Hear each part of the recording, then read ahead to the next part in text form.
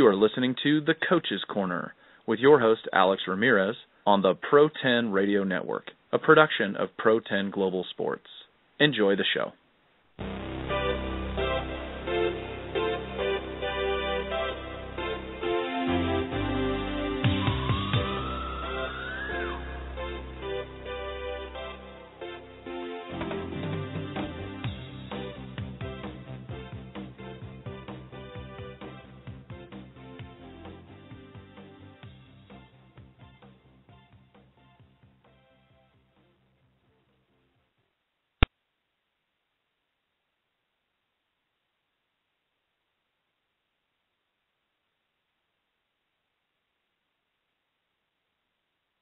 Good evening, and welcome to the Coach's Corner presented by Pro 10 International and Pro 10 Global Sports. Today is Thursday, May 29th. I am your host, Alex Ramirez. Joining us today is ATP WTA journalist Pete Zebron. We're having a few technical difficulties getting started this evening, but we are live and on the air. Remember, you can call the show at area code 347-637-1197. You can also reach us on Twitter at Pro 10 Radio. Pro10radio.com. You can check that for all the podcast and feature show information. And while you're on the front page, click on the live chat room we just installed, and you can chat with us live. While you're there as well, please remember that we have just started a campaign to support the orphans at the Elora Academy in Africa that serve the less fortunate children across the slums of Kisumu City and Western Kenya. So just click on the donate button at the front page. It's a great cause. Today we have a great show for you today. We have two guests with us tonight. My first guest won her place in history books of all-time winners with 10 Grand Slam championships in doubles and mixed doubles from 1980 to 1984. She is one of only 20 women in history in the open era of tennis who have won 10. She won 3 U.S. Open titles, 2 Wimbledon titles, 4 French Open titles, and 1 Australian Open title. She was ranked number 1 in the world in doubles in 1980 and 81, reached a career high of 11 in the world in singles in 1980. She was a member of the World Team Tennis Championship teams, the Boston Lobsters, San Antonio Rackets, and the Dallas Stars. Went on to win the 35 and over women's doubles at the U.S. Open in 1997, and also Wimbledon in 1997. Today she's a doctor and developed the Mach 4 training system. Dr. Ann Smith, welcome to the show. How are you? I'm great. Thank you very much. Thanks for having me. Absolutely. Thanks for being with us. And we'd like to start off the show by getting to know Ann Smith before she was a PhD doctor, before she was a Grand Slam champion winner. How did you get started in tennis? What brought you to the game, and what made you love it so much? Well, I first started playing tennis when I was 10 years old, and I didn't have my first lesson until I was 11. And then a year later, I got my highest ranking in the junior nationals at number 3. So I took to it really quickly. You know, I was a good athlete. I liked to play football in the neighborhood with the boys and basketball, and just got involved in tennis because my parents had seen a Davis Cup match with Arthur Ashe in Dallas, and then they started playing. So that's kind of what got me into tennis. That is great. Thanks for sharing. Pete, do we have you on? I don't think we have Peter on yet. Okay, I thought he was on. Falling in love with tennis. Was growing up, did you have a dream of just playing professional tennis, or were you just seeing how good you could get when you were training? Well, I think I was always very competitive and perfectionistic, and wanted to always do really well. And I remember, I think I was about 12 years old, and our family took a trip over to England, and we went to Wimbledon. Okay. And I remember bending down. I guess we got to go out to center court, and I bent down, and I took some grass, and I said, I'm going to play here one day. So I think it was pretty quick that I realized that I wanted to be a professional, and you know, I had a lot of success early as a junior. Right. And so you were born and raised in Texas. You were telling me off the air, born and raised in Texas? Yes, born and raised in Dallas. In Dallas, Texas. I'm a Texan myself. I'm way over on the west side in El Paso, but I was in the ballpark there. Yes. So you started you started winning titles with Martina Navratilova, then started playing with Kathy Jordan, where you had some significant success. What prompted you to make the change in doubles partners? Yeah, can you imagine me not continuing to play with Martina? I know. We first met, Martina and I met, I think I was about 18, might have just turned 18, 19 years old. I got a call, or my dad got a call from Bob Kraft, who was he's the owner of the Patriots, but at the time he owned the Boston Lobsters. And Greer Stevens, who played for the Lobsters, I guess ran into the stands after a shot and hurt her knee and everything. So he wanted to see if I could come and play for the team. And Martina Navratilova was on the team. So that's kind of how we met, and we played some doubles there, and we played some tournaments and did well. And actually, I can't remember why we didn't keep playing. I remember she did play some with Billie Jean King. I played some with Carrie Melville Reed, and then I got with Kathy, and we won all the Grand Slam titles together. So it turned out okay. You did. Yeah.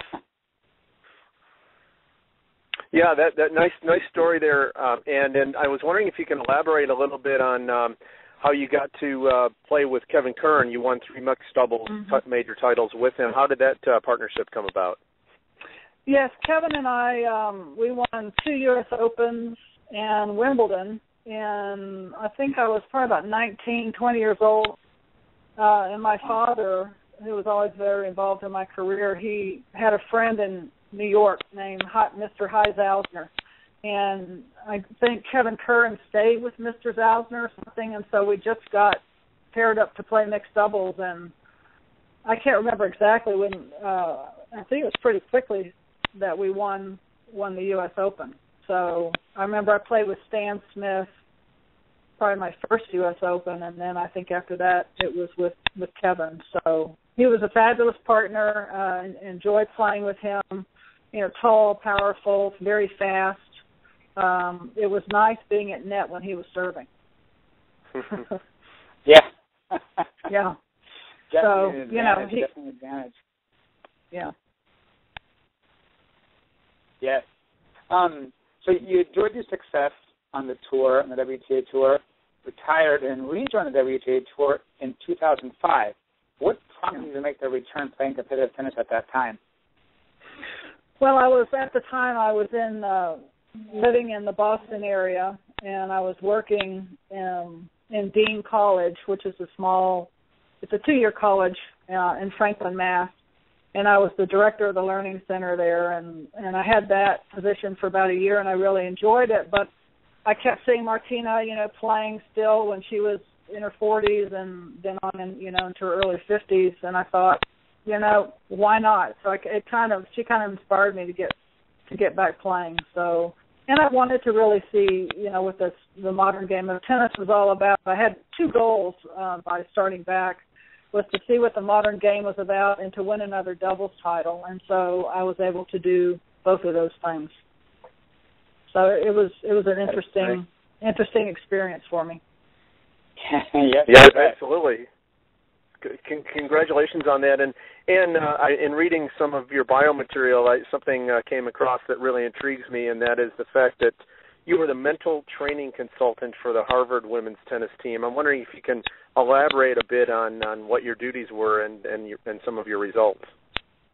Well, the coach invited me, or asked me to come and work with the team, and I think I was just instrumental with helping him kind of handle the young ladies and kind of get them to work more as a team and worked a bit on the mental part of the game with them. I think it was just over a semester long that I worked with them, and I think that's the best they had done nationally. So I was happy with the results, and I enjoyed my time there. That's really good. It's really good. I bet they enjoyed your time there as well. They probably did well after getting some kind of mental training under their belt. So staying on the mental training side, can you talk a little bit about the books that you've written, especially Grand Slam, Coach Your Mind to Win in Sports, Business, and Life? Yeah, that was a book I wrote after I came off the tour. I think I just played about a year, so about 2006. And it's just really a compilation of some things I learned when I went back out and played on the tour, and also just some changes I had made, as I'd matured. I think we all learn a lot more about ourselves. I mean, after being on the tour for 14 years, and then I went back and got my PhD, and just my experiences and kind of how to help bosses be better bosses and teammates be better teammates, and just it's really about achieving excellence and how you interact with people and being the best you can be. Yes. And I'd like to talk a little bit about my other book. It's the Mach 4 mental training system, and that it's a mental training system that came about from me, going back on the tour when I was 46. And Beverly involved, yes. and I came up with that. And it's basically, there's 4 parts to it. It's simple, but it's not necessarily easy, because I think a lot of people don't do enough with mental training. I mean, they've got great forehands and backhands and in good shape, but they can't control their emotions. And ultimately, if you can't control your emotions, it doesn't matter how good your forehand is, because it'll quickly go down the drain if, like I said, if you can't handle stress or anxiety and manage your emotions when you're playing. There's 4 parts to it. Body language is critical, and then mindset, or the mental part. Cueing language, and that is just words or phrases you can say to yourself to either reset emotionally or to have a cue for your forehand, backhand, all your strokes, so that when you're out there, you're focused on something productive rather than being angry, upset, thinking about the last game you lost or whatever it was. And then intensity level, which is basically how hard you're swinging at the ball, and it's on a scale from 1 to 5. Because what I realize, and I mean, you can see it now as well, and if you go watch juniors play and sometimes in the pros, is that their intensity level, or how hard they're hitting the ball, lots of times if they're serving for the set or the game, they slow their hand down on their serve or their ground strokes, and it allows the opponent then to get back into the match and cause a problem. So, and these are 4 things that we can all control. So I've had some good success with working with some juniors on that. And so you developed this from, you got your PhD, but also from personal experiences as far as what you felt playing on the tour? Yes. I never had anyone work with me on kind of the mindset and the mental part of the game. And as a psychologist, it really fit. I'd always been interested in psychology, and I think when I was a teenager, I knew I eventually wanted to be a psychologist. So it kind of, worked well, not only from my experience on the tour, but also my educational background and training. Right. It's wonderful to hear that you've taken your life lessons, your lessons on the court, and your interests therein, and gotten them into books, so people can learn from that. I'm very grateful for your efforts on that, and thanks for sharing a little bit more about your other books as well. And keep in mind with the coaching perspective, I know you spent some time coaching the Boston Lobsters in World Team Tennis. Hoping you can talk a little bit about that time. Yes, I played for the Lobsters when I was 19 years old, and Martina played on the team, and then Bahar, who's the owner of the Lobsters currently, asked me to coach the Lobsters, so I coached them for 3 years, and Martina was one of our marquee players all 3 years, so it was fun to get to coach the team and spend some time with her. And I want to tell you a story. Martina Hingis played for the New York Sport Times, and she is named after Martina Navratilova, but they had never played against each other. So we had a match against the Sport Times at the Harvard Arena, and ESPN was there, and Mary Carrillo was there, and So Martina was playing against Hingis, and Hingis was running her, as I say, like a dog from side to side. And Hingis got up 3-love, and Martina said, motioned me out and said, Ann, come here. And so I'm thinking, oh boy, what's she going to ask me? And she said, I don't know what to do. What should I do? I'm getting killed. And all I could think of was, you're Martina Navratilova. You've won 59 Grand Slam titles, and you don't know what to do? So I think it gives us all hope, right? If Martina doesn't know what to do, that we shouldn't expect, the players that we coach, the juniors that we coach, and even ourselves, to always have all the answers. And I was also impressed because this is a person who's been is one of the best players in history, most successful, and she's still able to say, what can I do? So she's open to feedback and wanting to listen, and I think champions listen and they ask for help. Right. So, nice. And it goes to show you that, the kids that I teach, the players that I teach, even pros that are coming up on the ITF, you never stop learning. You always keep working on your game, and you got to ask for help when you think you need it. Right, and I've worked with juniors, and lots of times I find that they don't want to listen or they don't want help, and they're just never going to achieve if you are not willing to listen and be open and take feedback, constructive criticism, etc. Then you're not going to be a champion. I mean, I think like Andy Murray finally, he got with Yvonne Lendl and was finally able to make some changes and make some mental changes and finally win, Wimbledon. So again, you can be the greatest player in the world, and I think those are the people that do listen.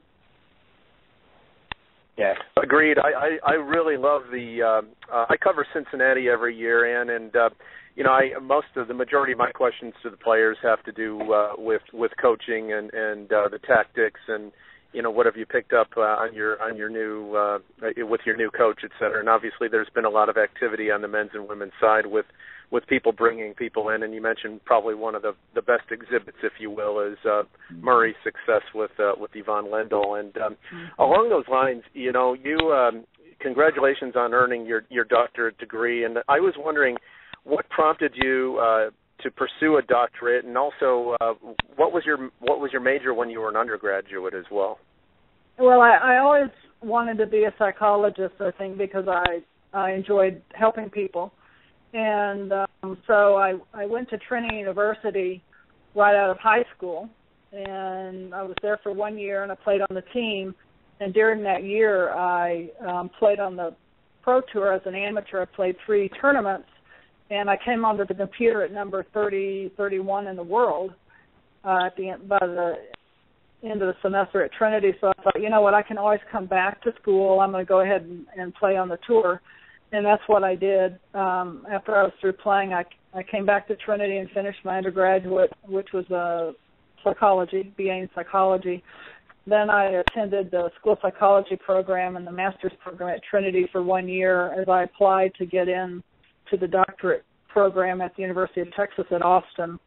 So when I was accepted there, I went right to UT and was there, had 5 years of coursework.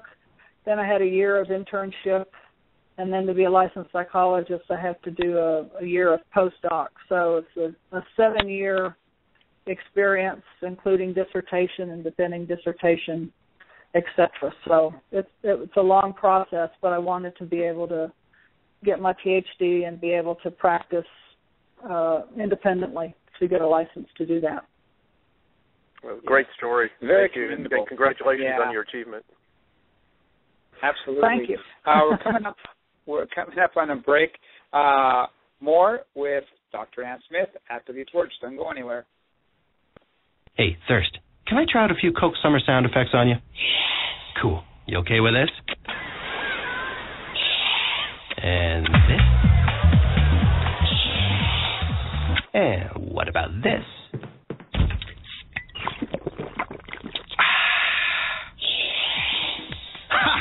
Here there, Thirst. That wasn't sound effects. That was a Coke. I'm no longer thirsty. You're so out of here. Coca-Cola. Open happiness. What is this bill for $562? Let me call these people.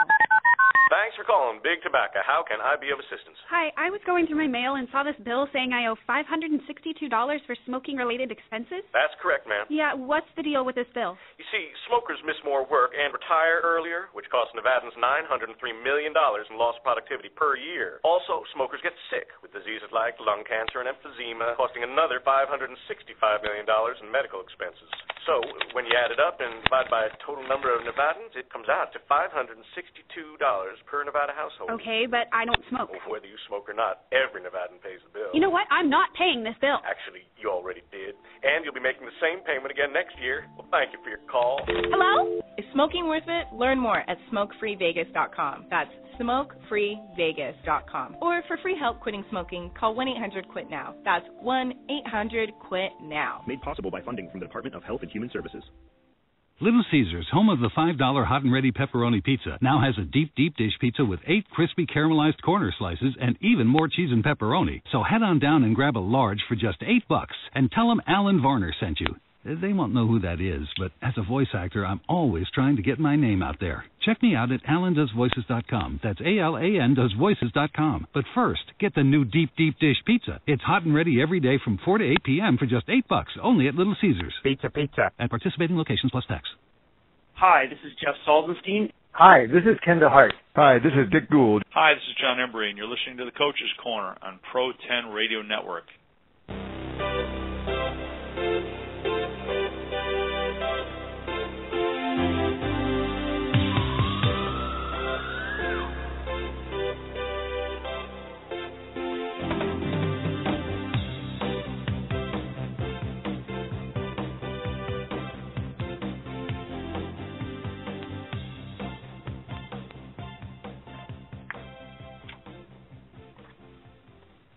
Hi, I'm Ann Smith. Welcome to the Mach 4 Minute. Champions find a way to win even when they're not playing their best. I remember when I played on the tour, I may have felt really good about my game and felt like all my shots were working about 4 or 5 matches per year. Yes, that's per year. A player can't always feel the ball or be comfortable with every shot all of the time. Players have to find a way to win, no matter how they are feeling or playing on a given day. When a player thinks their strokes always have to feel great for them to win, then they will be frustrated, discouraged, and irritated about their game more often than not. Find a way to win, even when things are not going your way. Stay determined and give your best effort no matter what. That is the true mark of a champion. All right, and welcome back to the Coach's Corner. That was Dr. Ann Smith giving the 1-minute tip that we kind of sold off her website. And the website, I think, is AnnSmithTennis.com. Is that right, Dr. Smith? That's right, AnnSmithTennis.com. There you go. And so we're talking with Dr. Ann Smith. And, you know, we had a tweet question come in while we were on break, and that commercial break and the lead-in was perfect for this next question. It says, player name is Boyana. And it says, I'm a perfectionist. How can I control getting angry when I make mistakes in practice? What would you recommend for her? Well, I'll have to tell her that I'm a recovering perfectionist. So, right, I'm always having to, I catch myself even now, and I'm almost 55. So there's hope for you. What I like to tell players with the perfectionism is, first of all, how's it working for you? And most of the time, right, it doesn't work. So what I'd suggest you do is, again, if we look at the 4 components of the Mach 4, it's important when she misses a shot, there's 3 things I like to tell players to do after a miss. And the first is to reset emotionally. Whether you say something silently to yourself or maybe a small little dadgummit or something, but it's only about 2 or 3 seconds. And then the second thing, you need to make the correction.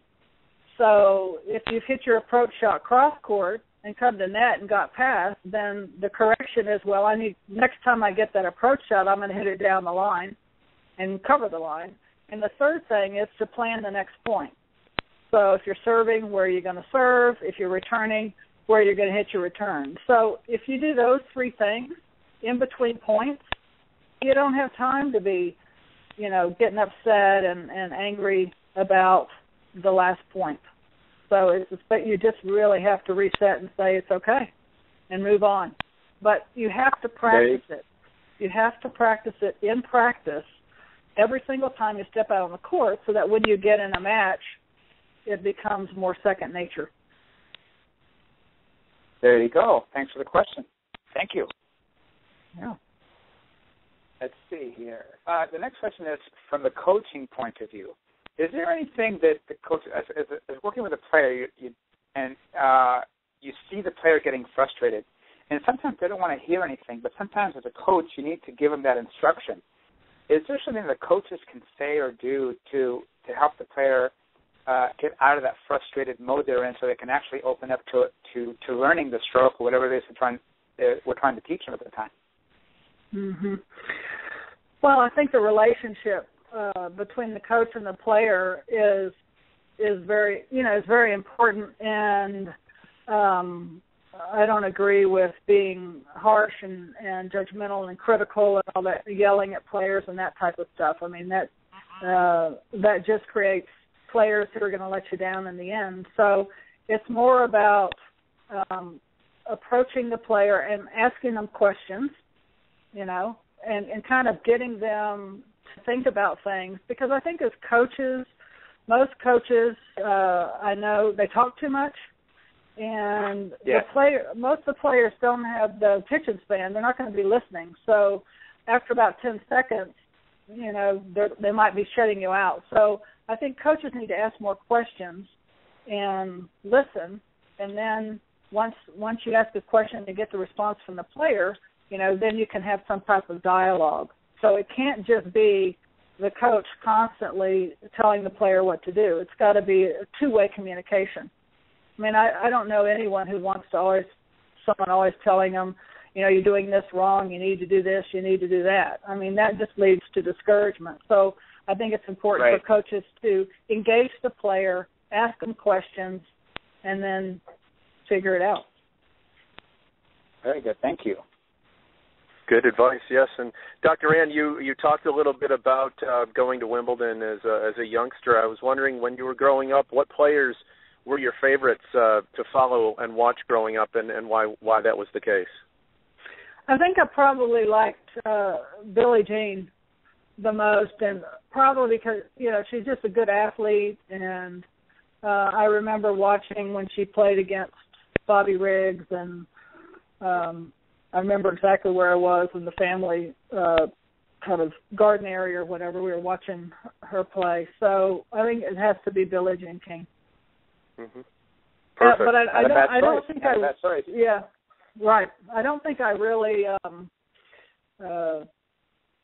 I always wanted to be, a pro and reach that level. So I think she was probably my only one. I don't remember following too many others.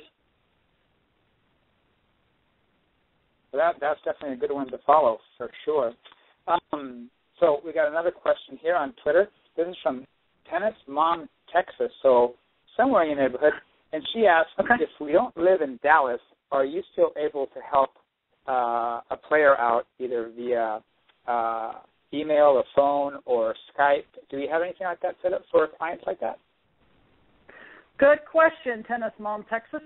I do a limited number of Skype sessions, so if you'd like to contact me, if you just go to answertennis.com, my website, you can send me an email, and then we can communicate that way. I help a couple of children, and it's been they're kind of long-term, have good relationships, and I think a lot of feedback I get from the parents is not only are the children developing on the court, they're also developing, as children and as people. So I think that's really what's important too. Yes, thank you. Very good. See any more questions coming up? No? Pete, you have something for Dr. Smith? I do, Dr. Ann. We talked about your favorite players, namely Billie Jean, but you played a lot of matches, won major titles in doubles, ladies doubles as well as mixed, and was wondering if any particular matches stand out more than others, and what were they? Who was your partner at that time, and who were your opponents, and where was the location? I'd probably say my first Wimbledon title was in 1980. Kathy Jordan and I beat Rosie Casals and Wendy Turnbull in the finals. It was in 3 sets. And actually, I'd forgotten who we played in the semis until I looked at a draw. Carol Newsom was a photographer who followed the tour for a long time, and she had made a kind of a collage for me, and on the collage was the draw. And when I looked at who we played in the semifinals, I couldn't believe I forgot we'd beaten them. We beat Martina Navratilova and Billie Jean King in the semis. Wow. Yeah. Wow. So, yeah, and then we beat Rosie and Wendy in the finals. So that's probably, my first Wimbledon title was probably my most memorable. And probably my most memorable singles was I think about 19 years old, and I was playing at Eastbourne against Chris Everett, and I had match point, and she hit. I hit a winner, and we're just about to the net to shake hands, and the chair umpire says, "Oh no, that ball was out." So he overruled the linesman. So it went from my match to having to continue to play, and I think that pretty much sent me down the tubes with that. So I remember that really. I look back on that and I think, I was pretty good in singles. I was number 11 in the world in singles, so it's not bad because I'm known as more of a doubles than a mixed doubles player. But I was also a good singles player, and I think how my career might have been different in singles. If that hadn't have happened. So, was that a turning point in your singles career? Because I think I remember watching that match on TV. I can't remember if that was the one, but it sounds very familiar. Was that a turning point for you? I think it was too early in my career to be, what I would consider a turning point because I had just started. I just started out playing. I think I was on, 19 or 20, and Eastbourne. I always enjoyed playing in Eastbourne. They really had great courts.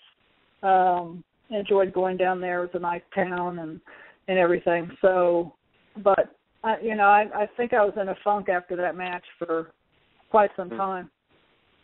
Yeah. Mm. If you were, go ahead. Go ahead. Go, Alex. Go. No, go ahead. No, Dr. Ann, if you were commissioner, let's say, of the WTA, would you make any rule changes with respect to how the game is played today? And if so, what would those be? Oh, good grief! I don't know. That's a tough question, Pete. Sure. I don't really know about that. I follow the game. I'm in private practice now, so I spend a lot of my time, working with people who have, it's a clinical practice, so I spend a lot of time working with people who have anxiety and depression and all sorts of things. And I watch tennis from time to time. I haven't watched the French Open at all, but to tell you the truth, I don't really know. I don't know what it would be if there needs to be a change. I don't like all the medical timeout kind of stuff. I know that. Sure. Along those lines, what's your opinion then on court coaching that the WTA has implemented not too long ago? I think it's fine. I think they probably just do it to give a wrinkle to the game, so to speak. I don't know if it really impacts or makes that big of a difference. But I would think it'd be a little, you'd have to have money to have a coach. Someone who travels with you to be able to get coaching. So I wouldn't think some of the players who couldn't afford coaches to be with them full time, they wouldn't have that benefit. So I think it would be a discrepancy there between those who can, travel and have a coach with them and those who can't. Sure. Very good, very good. Then we just got one more question here on Twitter. It asks, is it true that you can use being nervous to your advantage? Well, I always like to look at being nervous or anxious. If you think of it more as excitement instead of, oh, my gosh, I'm nervous and all that kind of stuff. I think we all need a little bit of nerves to play well and to be alert, to be focused. But when the anxiety or the nerves get too high, then that becomes a problem because we don't think as clearly, we don't move as well, we don't hit the ball as well if we're too nervous. So, again, I think it's a perception and how you're going to look at your matches. I mean, I know I had nerves, but, I'm on the anxiety spectrum, so I have some anxiety as well. And, it's been helpful to me. But I'm very competitive and I push myself to do well, but there are times I think when people get way too nervous, way too anxious, and then they don't play as well. Especially if you're thinking about winning and losing before you go on the court, that's kind of the kiss of death. Instead of thinking about winning and losing, you need to be thinking about, okay, what's my game plan? How am I going to play? How will I exploit my opponent's weaknesses?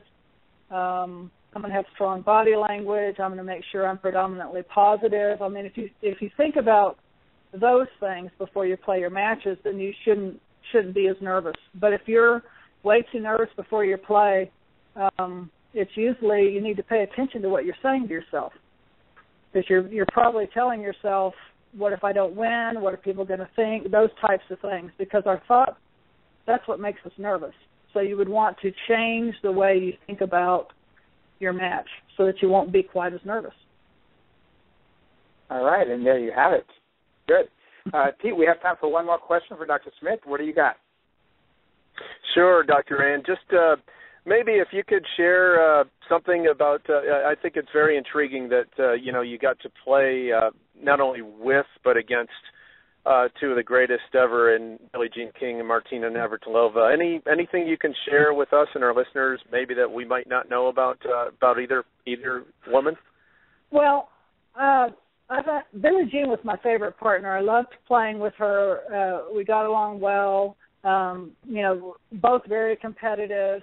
And I remember, of course, I enjoyed playing with Martina as well. And I remember with Martina, we were playing a match in Chicago. I think it was Virginia Slims of Chicago at the time. And I don't remember who we were playing, but, she really just said, Ann, come on, we need to go for it. We've got to be aggressive. And so that's how champions think. That's how Billie Jean thought. That's how Martina Navratilova thought. There was no holding back with them. They're more like, let's be aggressive. Let's go for it. Go for your shot. So I think that's what made them so good. Because most people, the tendency is to pull back, when the match is on the line or whatever. But she's just like, come on, let's go. Let's, hit away, be aggressive. And, I remember that from her, and I think that's why she was so successful. Thank you for sharing that. Great. Absolutely. And time is just flying by this evening. We're at the end of our time. Dr. Ann Smith, we want to thank you so much for being on the show and sharing everything. Any last words for our listeners this evening? Work on the mental part of your game. Whoever's listening. I mean, it's a very important part of the game, and it can make you a better player pretty much right away. Awesome. She is 10-time Grand Slam doubles champion Dr. Ann Smith. You can reach her at AnnSmithTennis.com. She has the Mach 4 training system located in Dallas, Texas. Dr. Smith, thank you so much for being on the show. We look forward to having you again next time. Well, thank you so much, Alex and Pete. Great job. Thank you. Thank you. Thank you, Conrad. Have a good night. Thank you so much. Thank you. Bye-bye. You're welcome. Good night. That was Dr. Ann Smith. We're going to take a quick break and be right back with Vic Braden. Don't go anywhere.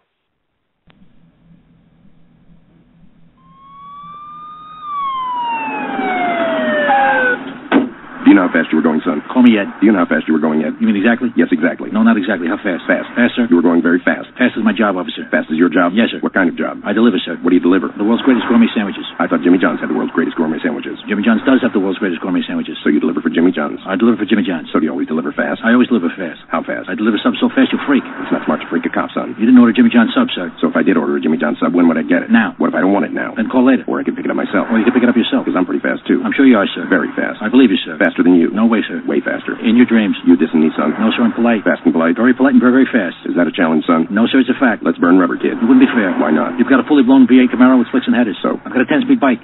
I'll let you off with a warning. They try and make it seem like they want to protect kids from smoking.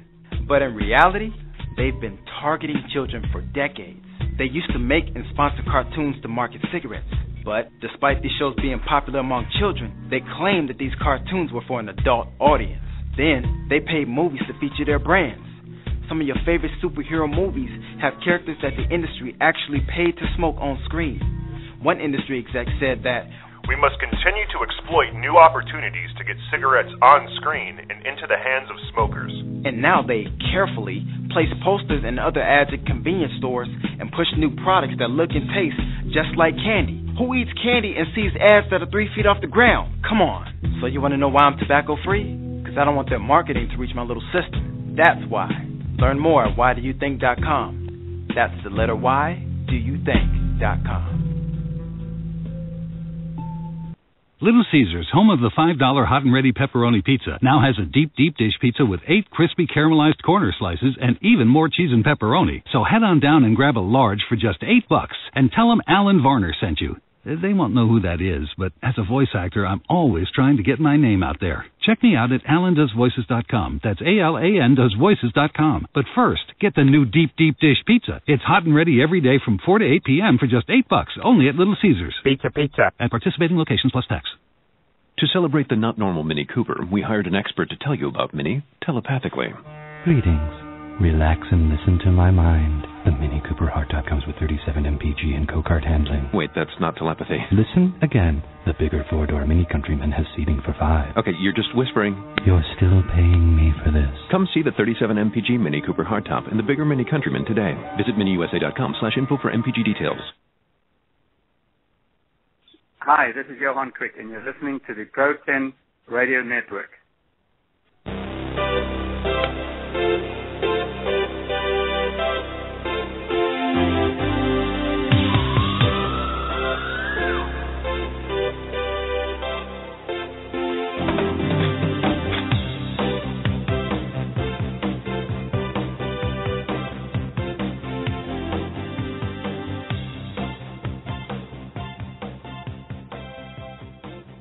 And we are back. Welcome back to the Coach's Corner, presented by Pro 10 Global Sports and Pro 10 International. We have another guest this evening. My next guest is an icon in tennis. Needs very little introduction, but I'm going to do it anyway because I'm so excited to have him on the show. He has 7 tennis books, 21 VHS and DVDs in tennis and other sports. In the TV sports announcements, he has been on PBS, NBC, CBS, ESPN, and Prime Ticket. He had television series on PBS, VIX, something's going on there, VIX Peyton Lott, Tennis for the Future, ESPN Future Sport. He's appeared on Hollywood Squares, NBC Today Show, ABC Good Morning America, ABC Nightline, and ABC Evening News and 2020. He's been featured in Time Magazine, Sports Illustrated, People Magazine, The New York Times, and LA Times. Vic Braden, so good to have you on the show. How are you this evening? Just fine, thanks, and thanks for having me on. I love listening to Anne. Oh yes, she was great. She was great. You so bet. Vic, we touched base earlier last week, trying to get you on the show, and I got to learn a lot more. I'd love to spend a couple of hours talking to you about your history in tennis and everything you've done, and we can just talk for hours about everything you're doing, but the main thing right now I want to focus on is what's going on right now. You have a foundation that you started to help kids. I want our listeners to really hear it from you and what you're doing, and just tell us a story how it started and where you guys are at right now. Okay, I was giving tennis clinics around the world after the tennis college life, and I ran into the mayor of Santa Ana, Mayor Miguel Pulido, who said that if you will quit your global tours, I would like to have you work with kids from lower income levels who can't pay for lessons and tennis camps and so on. Well, that appealed to me, having come from a relatively lower middle class family. And so anyway, we started it, and that was in 2007 and 2008. First the mayor said that he felt he had enough grants in the closet to last 10 years, pay my salary, and it lasted 1 year. But the program was going so well. I was teaching young kids to be tennis coaches. They even had 9-year-olds coaching adults. And we even gave them neuroscientific data. So, excuse me. So anyway, they ran out when the recession hit, and then I didn't want to give up the program, so I ended up putting most of our family savings starting in 2008 into this project, and it's really done well. But along the way, we were working with several, over 150 coaches, and the data came out that Hispanic children were number one in incidence of diabetes and obesity. And having been a diabetic myself, having lost an eye, I really wanted to help those young Hispanic children in elementary school. So I started junior medical ambassadors, and the other is junior tennis ambassadors. And the junior medical ambassadors, we picked in one school for a pilot program, Henninger Elementary in Santa Ana, and the goal was to have a pilot program that we could record every session, look at the success, and then make a DVD for elementary schools around the country, because the problem is serious. And I found the number one thing was I couldn't convince people it was serious. But we have people losing legs, arms, vision, totally blind, just from diabetes.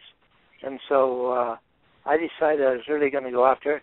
I wasn't going to let it go. But now we're down to the wire because I've used almost all our family savings, and the program is still running very well. As a matter of fact, I was with the school principal this morning filming very early on some core curriculum ideas for tennis and diabetes prevention, and it worked out well. So I got Dr. John Martinez, a very prominent surgeon and a dermatologist here in Orange County, California, and he would present the medical side. And we got a nutritionist, Linda Giampalo, whose husband is a tennis coach, who's a nutritionist, and she would talk about the food business. So anyway, it worked very well, and these are young kids who profess for an interest in being adult doctors and joining the adult medical field. So they were only 5th and 6th graders, and it's turned out very well. They even go to the food cart and warn kids about what can happen. Some of them have helped their own family members, and then they go into every classroom in the elementary school and talk about prevention. And people say, why are you starting so early? And I was a school psychologist, and for me, and I also, to be a school psychologist, I had to have 3 years elementary school teaching experience. So I've realized how smart young kids are. And people very often say, well, they're not that smart. Then why do we ask them to fix our iPhone and our computers and things? They're very smart. So anyway, it's turned out to be a great program, and the only weakness is me. I was not able to get all the grants that were promised. Some nice people helped out, but it wasn't half as much. We figured that to do the whole city of Santa Ana, I needed at least $200,000 to buy nets, balls, rackets, and we teach those kids, the obese kids and the diabetic kids, plus any others, right on the asphalt. We lay out a court, and they use the regular little net, and it works out very well. So I'm very happy. And we have a neuroscientific side to this thing too, and I have mentors in that. And we were at one of the schools, and the adult coach said to this little 9-year-old who was coaching, which bothered him, he said, "If you're so smart, when should you start moving forward at the net?" And the kid said, "When they fire the synapse." And the adult coach said, "What the heck's the synapse?" And he was so embarrassed he went to the back of the room. So the little kids are great coaches. And then people told me that kids won't listen to kids. So I did an ambient sound thing in the room. When the adult teacher was teaching, there was no ambient noise than when the student was teaching. So it turned out very well, and I just hope that I can keep the program going, and there's some angels out there who really want to help. That's wonderful stories to hear, Vic. Congratulations on all of your efforts to date, and I certainly do hope that for the sake of a lot of people that you're able to keep it going. And you mentioned 5th and 6th graders, and I love the titles, a junior medical ambassador and a junior tennis ambassador. I was wondering, Vic, can you talk a little bit about the responsibilities of one of the junior medical ambassadors and junior tennis ambassadors? What exactly are they responsible for when they sign up for that commitment? Well, they have to. We normally had about one class a week with a doctor who volunteered his time, cared about diabetes, and he's a tennis player too. And so we started, and we worked a year and a half with them. And their job is to go into the classroom, and each will present some phase of diet or diabetic prevention, obesity prevention. And we had to actually even train them to look into the camera and into the students' eyes, because they like to read from the paper. So the principal told me today one of the best things that happened is the kids learn to be actors, to speak directly to the students, and to have a lot of empathy. And it's worked out very, very well. Mm-hmm. Nice. And that is great. And by the way, that is great. Yeah. By the way, Alex, they're called Dr. Jim, Dr. Priscilla, and they're only 11 and 10, and the tennis coaches are called Coach. So we have a rule that they've got to call a person Coach in tennis, and they've got to call the junior doctor. I bet that really makes them feel special and important, and their responsibility of having to give that information, whether you're teaching tennis or you're teaching nutrition and medical stuff, you feel that sense of responsibility because now they're calling you Dr. Lawrence or Dr. Alex or Dr. Pete. Well, you know. Yeah, you're absolutely right, and that's the case. Our doctor, Dr. Martinez, says you don't want to look stupid if you're a doctor, so have the answers. Have the answers, absolutely, yes. I was going to ask you, there's a lot of stuff going around now in the media as far as school lunches and what they're actually feeding these kids. Is any part of your program addressing the school lunch thing with the school?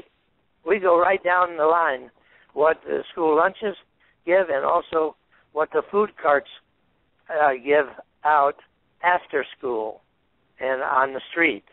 And our nutritionist brings examples every time of what's good and what's bad, what's good fat, what's bad fat, carbohydrates, and the kids, and we go down the list, and they're very quick to respond now to labeling food. That is great. Definitely needed. Good to know. I like, Vic, going back to how you closed the last question, where the 5th and 6th grader is addressed as doctor and coach. That's nice. That shows responsibility on the individual that that is part of this program and equal respect with respect to their classmates. And if you could talk about some of your reach and expansion right now, you mentioned Santa Ana, Santa Ana School District. Is your program elsewhere in the surrounding area in Orange County as well? Well, not this pilot program. The tennis coaches we did in over 10 schools in 3 different counties. But now that we're doing the pilot program for a DVD that's going to go to all the different schools, elementary schools that want it in the country,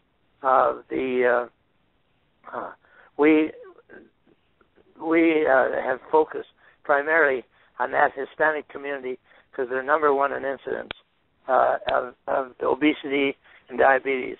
The African Americans were number 2, and I try to stay close to them too. I'm on the inclusion committee and diversity and inclusion for the Southern Cal Tennis Association.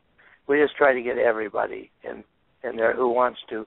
But right now our pilot program is with the kids who are most susceptible. That is great. That is great. And Vic, do the parents have any involvement in any of these programs with the kids? Oh yeah, we at the parents' meeting, our students will make a presentation, but we have asked them when they go home, give all the data to their parents, and to this date they tell me they have.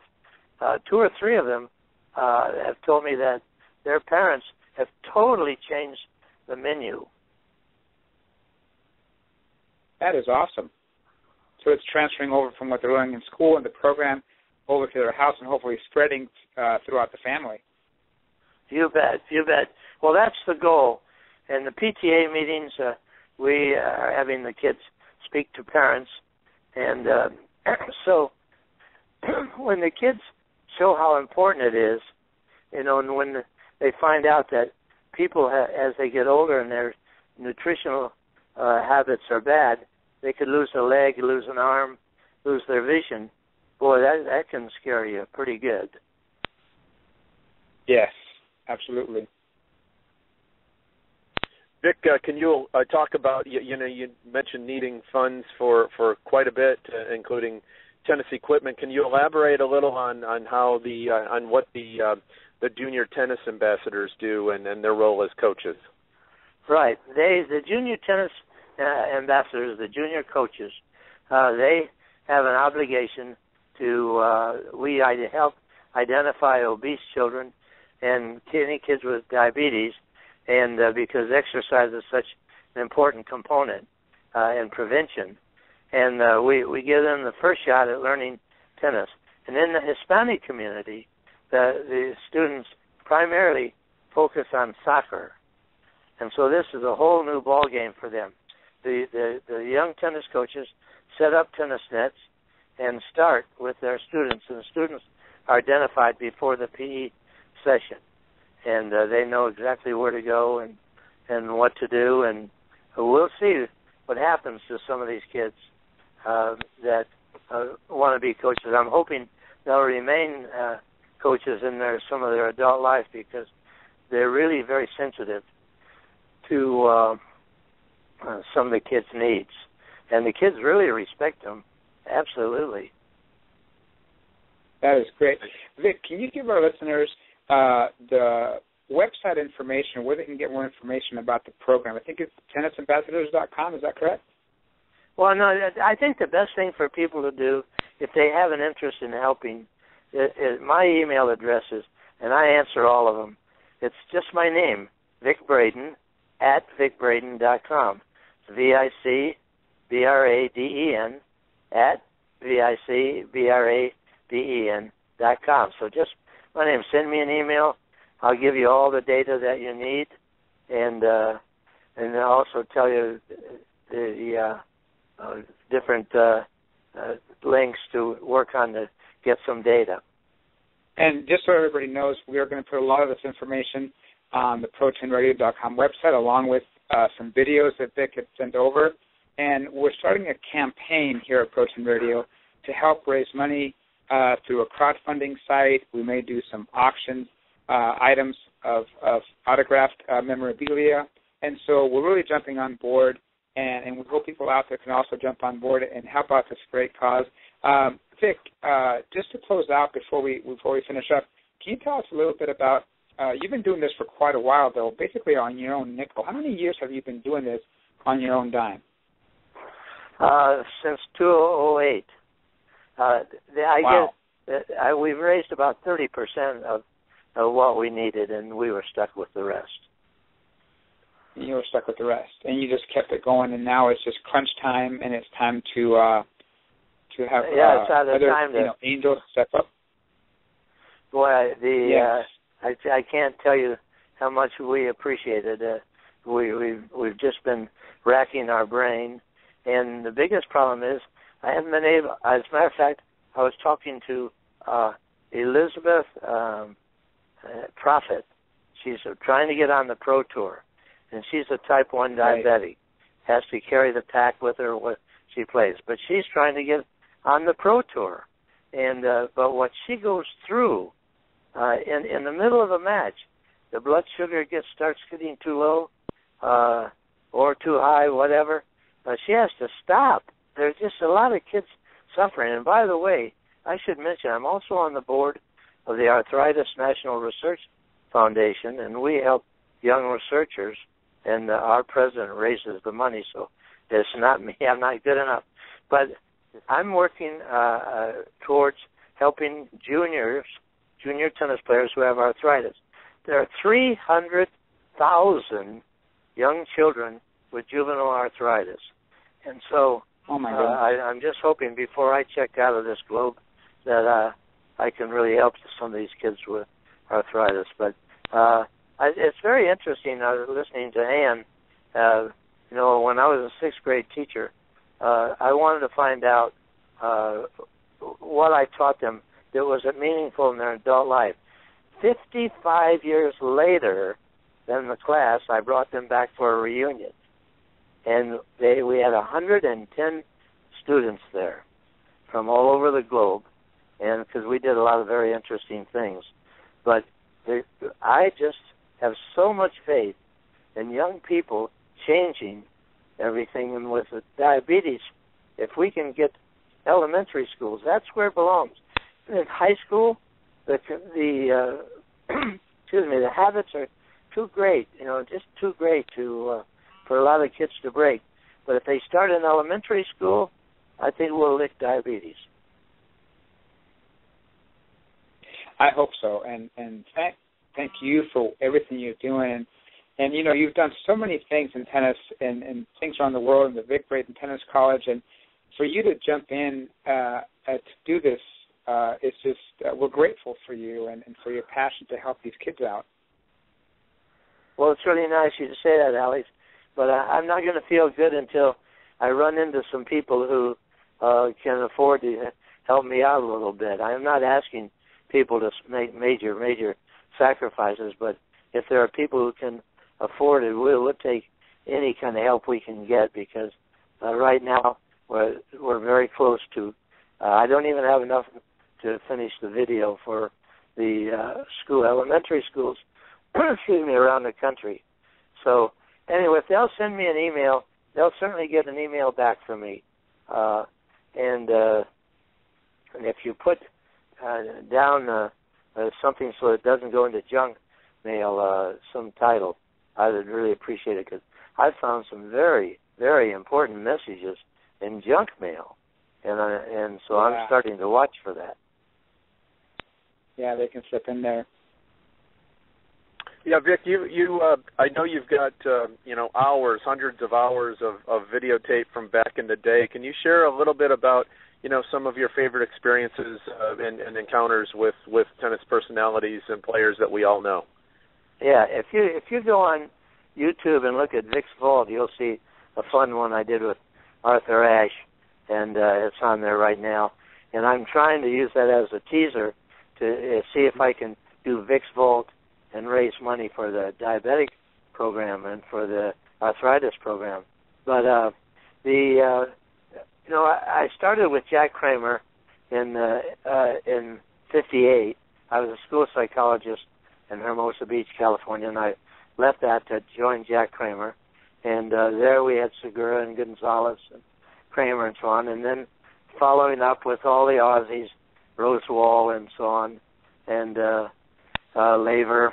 But one of the interesting things that very few people know is that when I went to for my third group, George McCall, World National Tennis League, we got one day in late '67, we got a telegram saying, "Be at such and such a place for the U.S. Open." And George McCall got very defensive, very angry, and he said, "We're not going." Well, we had Gonzalez, Laver, Rosewall, Roy Emerson, Billie Jean King. We had all the players. And so when I was running the tournament, we were running a tournament in Great Britain, and Philippe Chatrier said, "Vic, get over here fast." And I did. He said, we got a problem because the top players aren't even going to play in the first Open. And very few people know about this. And so I went to Paris, met in the back room, and then he said, "Be out at the curb at 7 in the morning. We're going to Robert of Deslin's office, and Jean Barotra, the famous Jean Barotra, will be there, and he will apologize to you." And I said, "Well, he doesn't know me. He just needs to apologize for his treatment to George McCall." He said, "No." So anyway, we go, and in he walks at 7 in the morning. He had been working with Prince Renier and Grace Kelly, and he came into the room, and he's trying to point out, having people point out who I am and where I am. And he got in front of me and said, "I apologize." And that was how we got our players to the French Open. George and got together with Jean Barotra. Very few people know it. Our players won every event and were runner-up except women's singles. Nancy Ritchie won the singles, but we won the other events. And in 1968. So it's a story that's not known by many people except your people, but it's an interesting side. You got to treat everybody with dignity. Yes, absolutely. Vic, thank you so much for sharing. We're coming up to the end of the segment. We want to thank you so much for all the information and the work you're doing. And like I said, us at the Pro-10 family of companies, Pro10Radio.com, Pro-10 Global Sports, and Pro-10 International, we're all going to jump on board and try and do our part to raise awareness and help you raise some money. And I'll be in touch with Vic. Please reach him at Vic Braden at VicBraden.com. And Vic, any last words for our listeners before we head off? Yeah, I think I was listening to Ann. It's really important that tennis players stay in the front of the brain, because that's where the good decisions are made. I work with a brain imager and also a John Deendoggle in brain typing. He's full time with Boston Celtics, so we do brain typing and work with Dr. Amen, the brain imager. So when I see people, that's why Malcolm Gladwell wrote about, I predicted 16 out of 17 double faults when I could predict a person went from the front of the brain to the back of the brain. That is great. That is great. Again, thank you, Vic, for being on the show. He is Vic Braden, VicBraden.com. Please reach out, get information on ProTenRadio.com. Vic, thank you so much for being with us tonight, and we'll hopefully have you back on the show with a lot of success stories. I'd be delighted to tell you about the results of this session. Great. Thank you, Vic. You have a good night. We'll catch you next time. Thank you. Thanks, Vic. You're welcome. That was Vic Braden. Great stuff. And that takes us to the end of the Coach's Corner. And tonight we actually have a double header for you. So please stay tuned. Please know that we're working on the following guests for the next month. Todd Ellenbecker, Liesl Huber's going to be on. Working on Jim Courier, Jimmy Connors, Aaron Krickstein, and Alistair McCaw. So a lot of good stuff coming up on the show.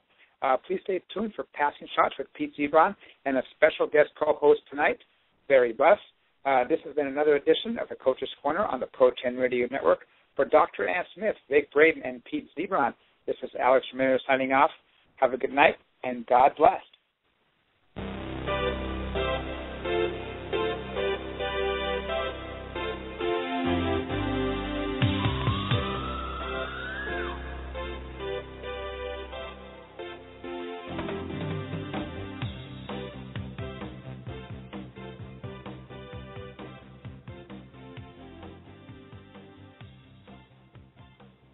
Hey, Thirst, can I try out a few Coke Summer sound effects on you? Cool. You okay with this? And this? And what about this?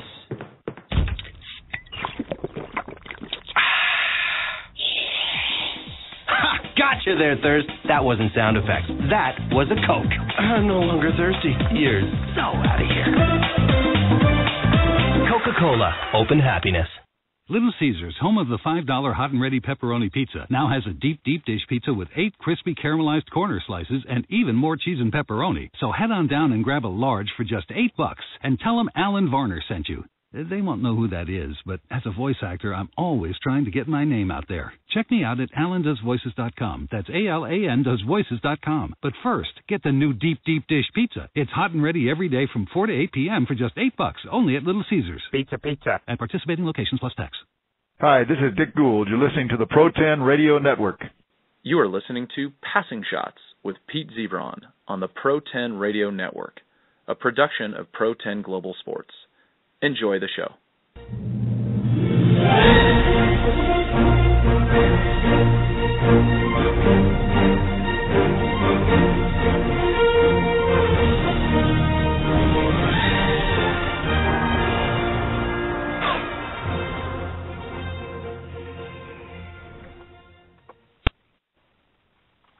And welcome to Passing Shots. Pete Zebron with special guest Barry Buss, author of Hiding Behind the Baseline with Bobby Blair, and also ATP writer. Welcome to the show, Barry. Hey, Peter, how you doing? We're doing well. A lot going on. Always nice to talk tennis during the weeks of a major, and obviously we've got 5 days in the books at Roland Garros. Want to talk about some of the action on both the men's and the women's side, and how you see some of these matches, Barry, and some very intriguing matches going up on the, especially on the men's side.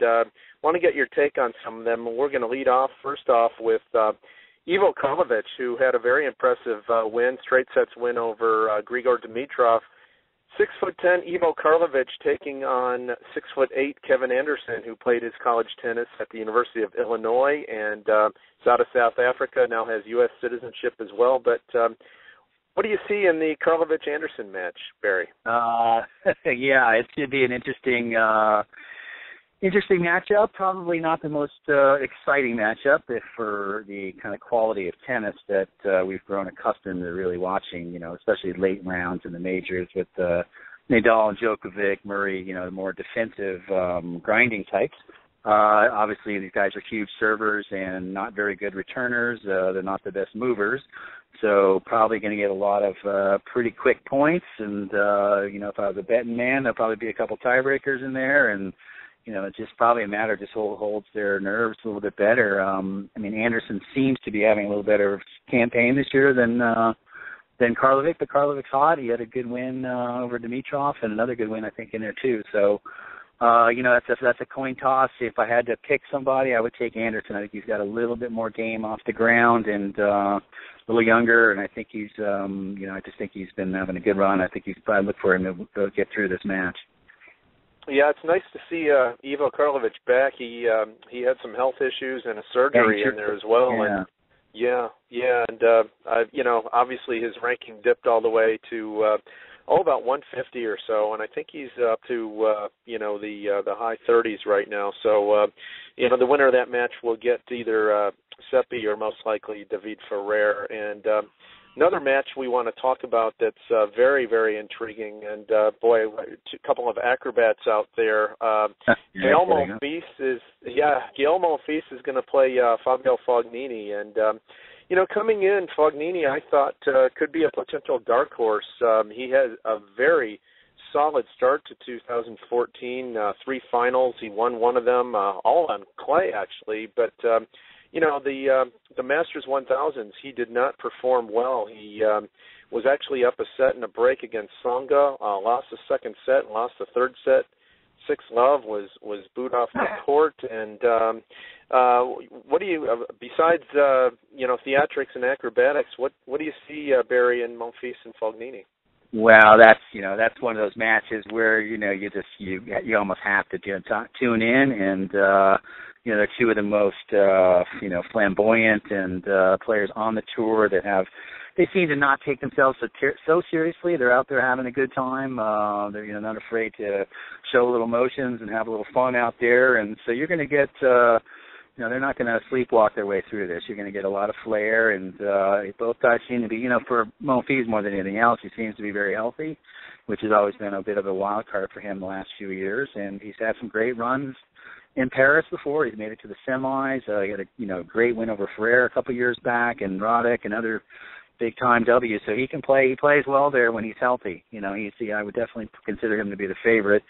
On the back end of that, Fognini plays. He comes to play on the clay. He had a great run there a few years ago, made it to the quarters. I think unfortunately he had a default to Djokovic, if I'm not mistaken. But he's not a stranger to playing well in Paris on the red clay. So you're looking at two guys. Monfils has a little more firepower.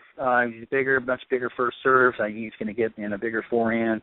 My gut tells me Monfils will grind this down, and because Fognini, as you mentioned, has been a little up and down, this clay court campaign. So, so I would look for Monfils to advance there.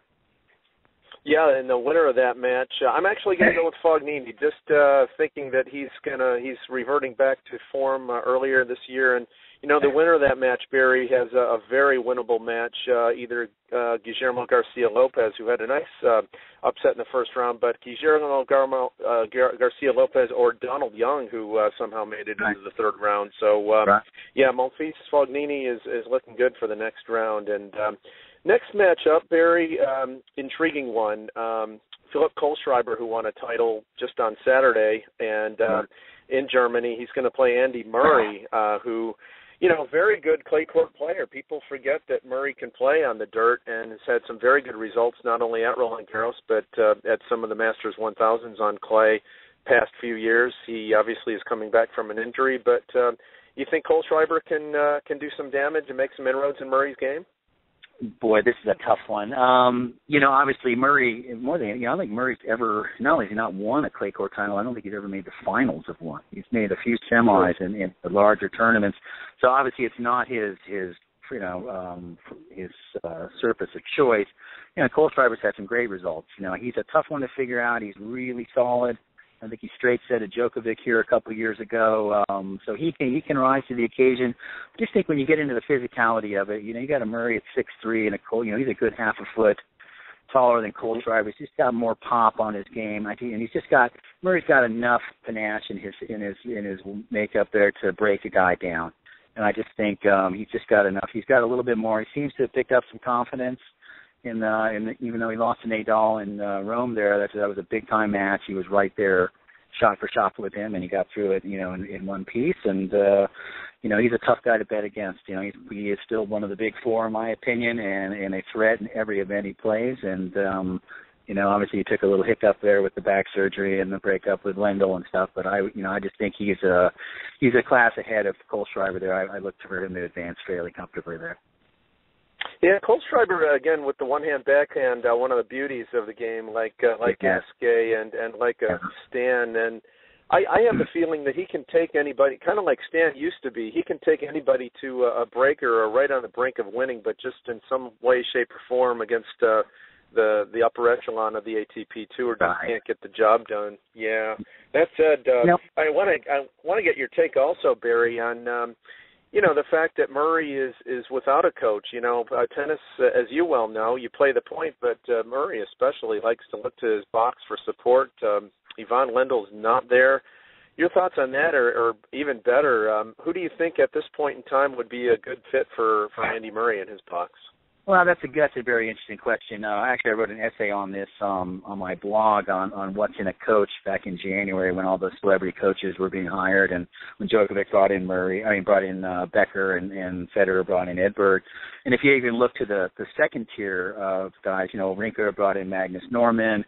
Nishikori's had a great run this year, bringing in Michael Chang, and I believe Ljubicic has been in the corner of a Chilik, I believe. I can't remember exactly. Raonic, right. So he's having a great run. So the guys who didn't, may not have won all the Grand Slams like the Edbergs and Lendls and stuff, those second tier of coaches for the, celebrity coaches, for lack of a better term, are really delivering. I mean, these guys are really doing great work. So, what does Murray need right now? It's one of the hardest things to understand. What value do you give a coach? Is it really kind of a placebo effect?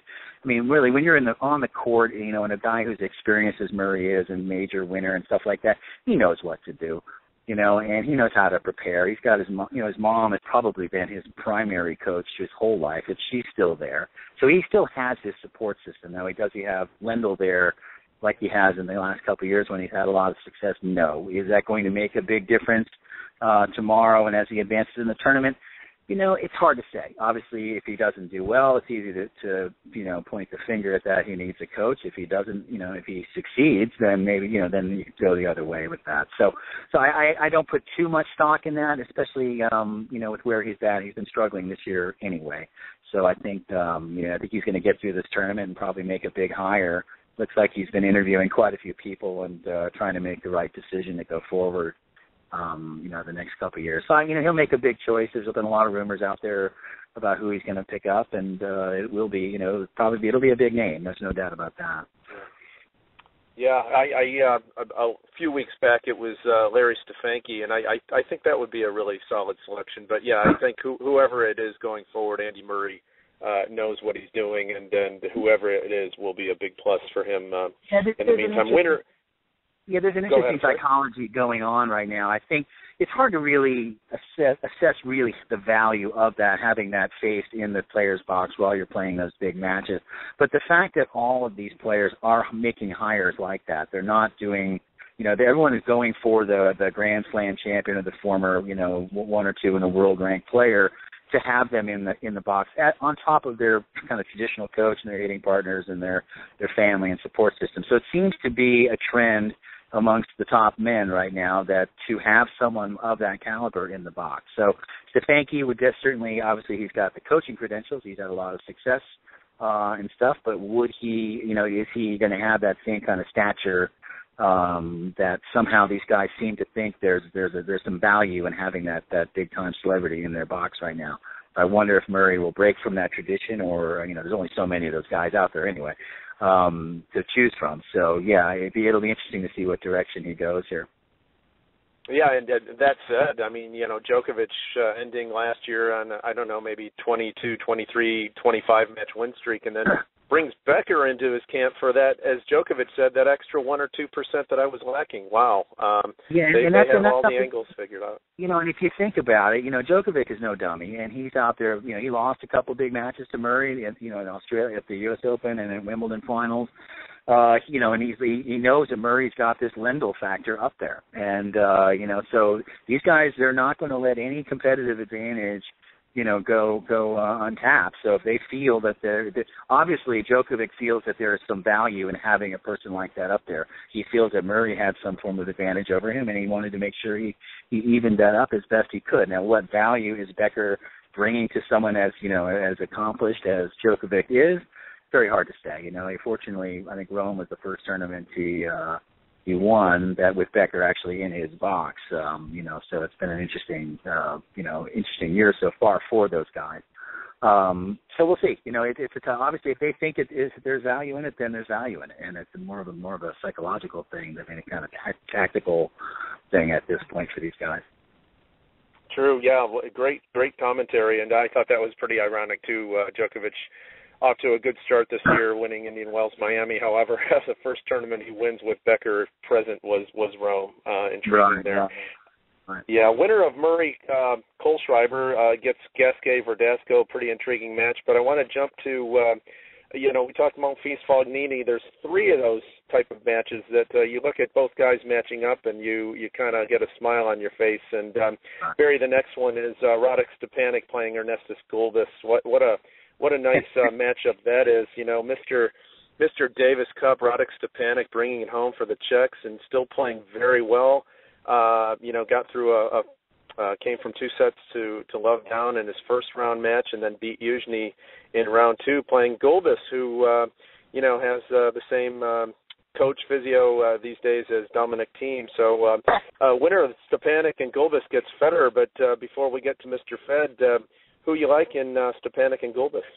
This is an interesting matchup. I mean, somehow with Stepanek, what is he, 34? He just seems to be ageless. He's one of that kind of Haas-like, and even Karlovic is in the 34, 35 range. I mean, it's fascinating how well those guys are keeping their bodies together and still able to get out and deliver, the tennis goods like they are and on the big stage. So, you got to tip your hat to him.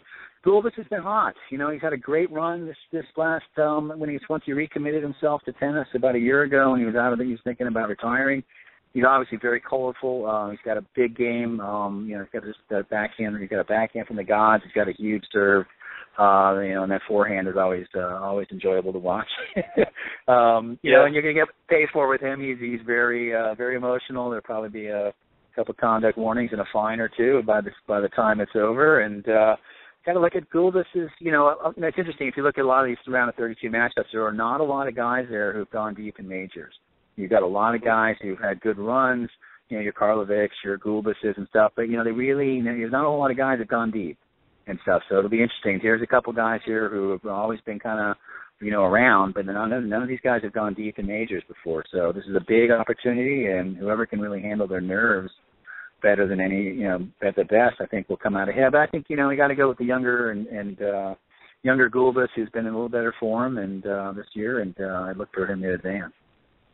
Yeah, and along with Kohlschreiber, Barry, Gulbis won a title on Saturday as well. And like you mentioned, the recommitment to tennis.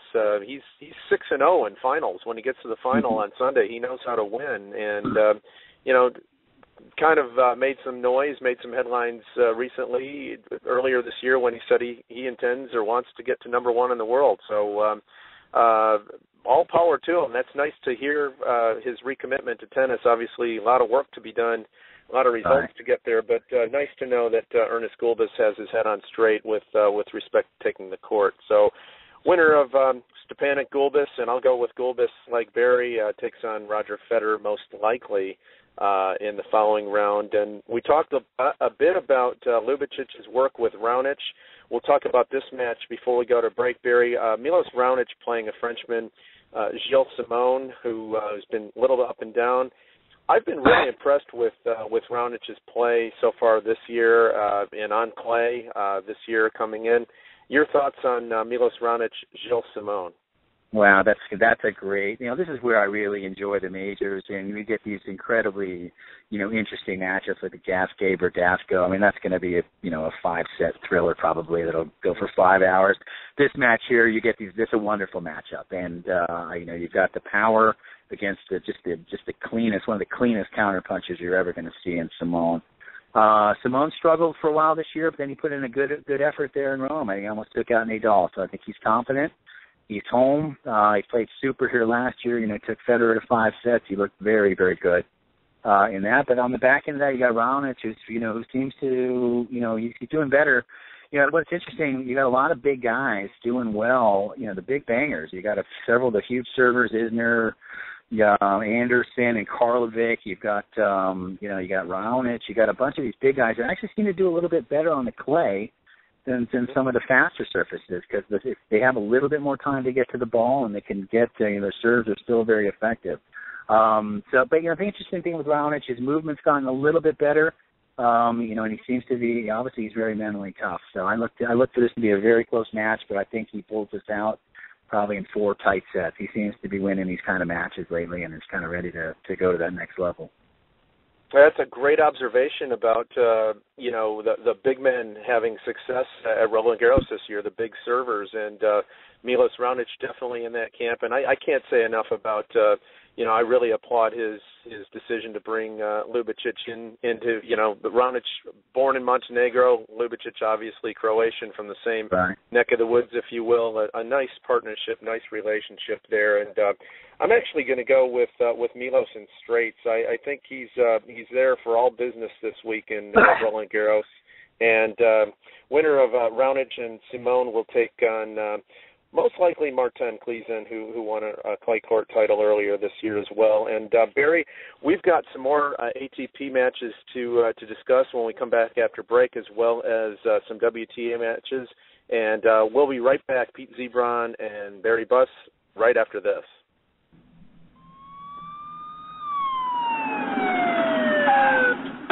Do you know how fast you were going, son? Call me Ed. Do you know how fast you were going, Ed? You mean exactly? Yes, exactly. No, not exactly. How fast? Fast. Faster? You were going very fast. Fast is my job, officer. Fast is your job? Yes, sir. What kind of job? I deliver, sir. What do you deliver? The world's greatest gourmet sandwiches. I thought Jimmy John's had the world's greatest gourmet sandwiches. Jimmy John's does have the world's greatest gourmet sandwiches. So you deliver for Jimmy John's? I deliver for Jimmy John's. So do you always deliver fast? I always deliver fast. How fast? I deliver something so fast you'll freak. It's not smart to freak a cop, son. You didn't order Jimmy John's sub, sir. So if I did order a Jimmy John's sub, when would I get it? Now. What if I don't want it now? Then call later. Or I can pick it up myself. Or you can pick it up yourself. Because I'm pretty fast, too. I'm sure you are, sir. Very fast. I believe you, sir. Faster than you. No way, sir. Way faster. In your dreams. You dissing me, son? No, sir, I'm polite. Fast and polite? Very polite and very, very fast. Is that a challenge, son? No, sir, it's a fact. Let's burn rubber, kid. It wouldn't be fair. Why not? You've got a fully blown V8 Camaro with slicks and headers. So? I've got a 10-speed bike.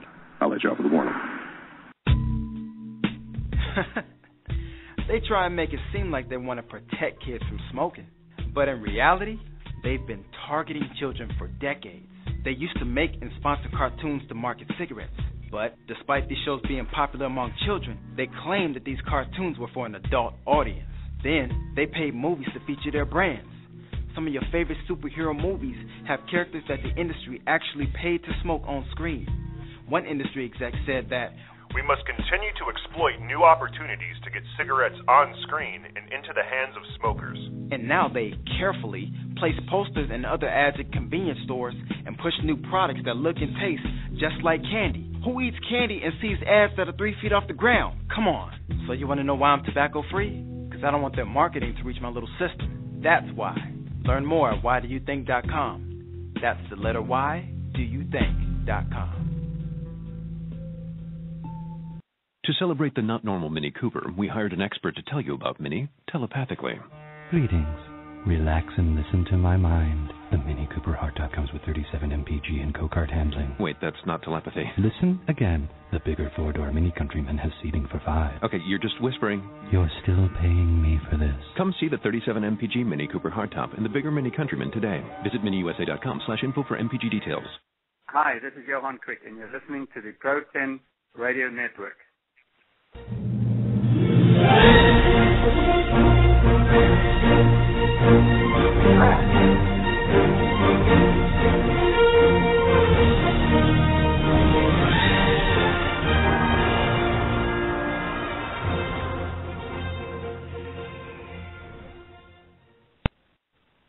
And welcome back to Passing Shots. Pete Zebron with Barry Buss. Plenty to talk about here at Roland Garros with respect to third-round action coming up beginning tomorrow.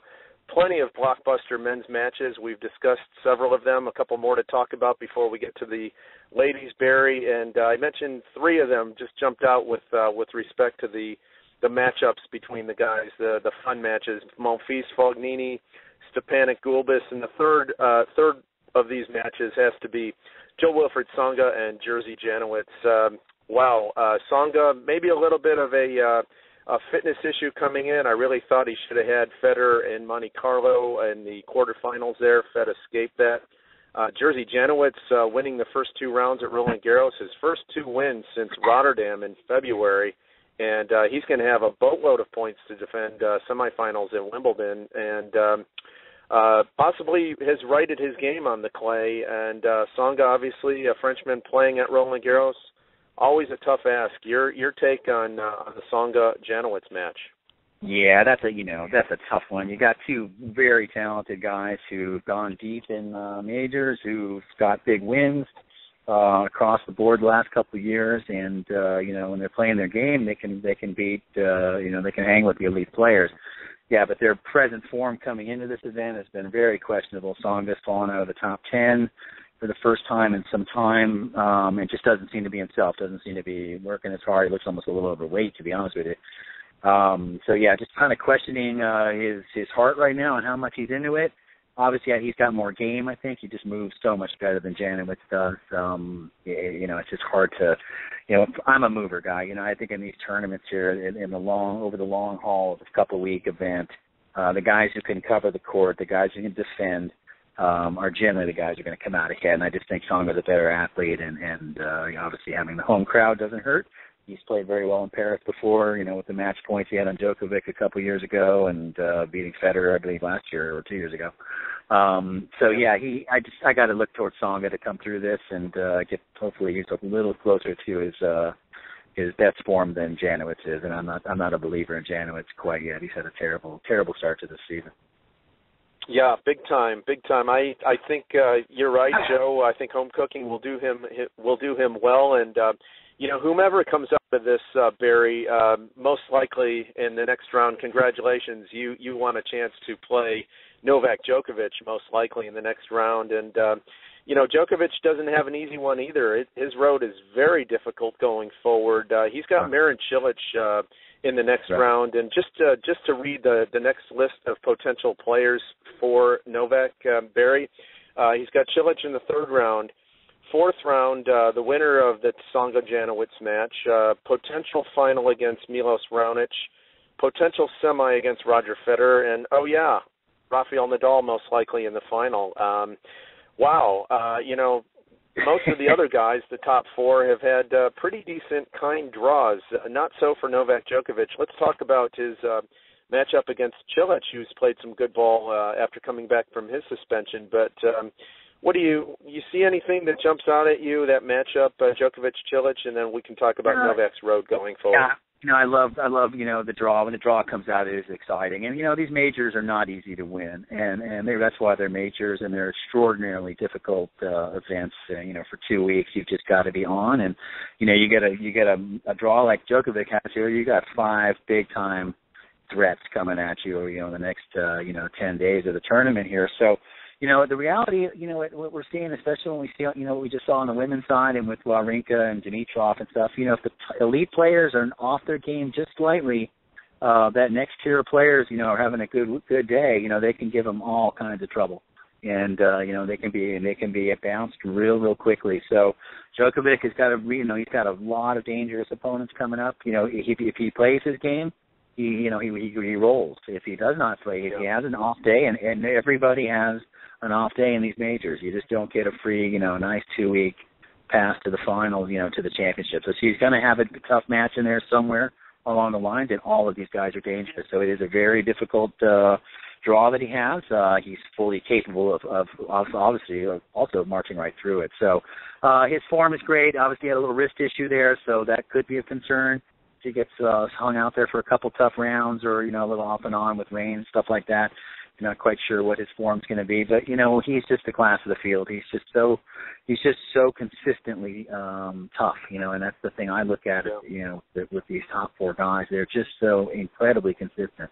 Even if you take a guy like Wawrinka, who had his wonderful Australian and even a great Monte Carlo, he's just not that in that champions class like these other guys are. Where week in and week out, these guys deliver, and they've got the heart to fight and to find ways to win matches when they're not at their best. And you can really see that next tier of guys just aren't quite there. And so I believe in Djokovic.